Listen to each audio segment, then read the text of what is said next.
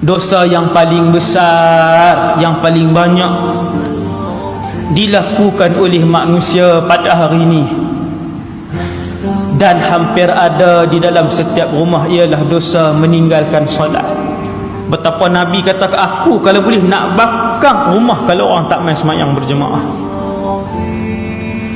Pemisah di antara Islam dan kufur ialah meninggalkan solat. Tinggal solat terus masuk belah noh. Sebab tu mazhab Hanbali, mazhab Al-Imam Ahmad ibn Hanbal, orang yang meninggalkan solat dihukum sebagai kafir, tidak dikafankan, tidak dimandikan, tidak disolatkan dan tidak dikebumikan di perkuburan Islam. Besar semayang ni, besar solat. Dan di Malaysia, untuk pengetahuan kita semua, seperti mana yang selalu disebut oleh ustaz-ustaz lain, di Malaysia 80 hingga 85% umat Islam di Malaysia tidak mengerjakan semayang. Amal tuan-tuan, baru semayang. Allahu Rabbi.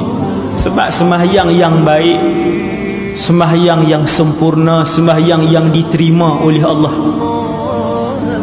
akan mencegah diri orang yang sembahyang itu daripada melakukan kemungkaran kepada Allah Subhanahu Wa Taala.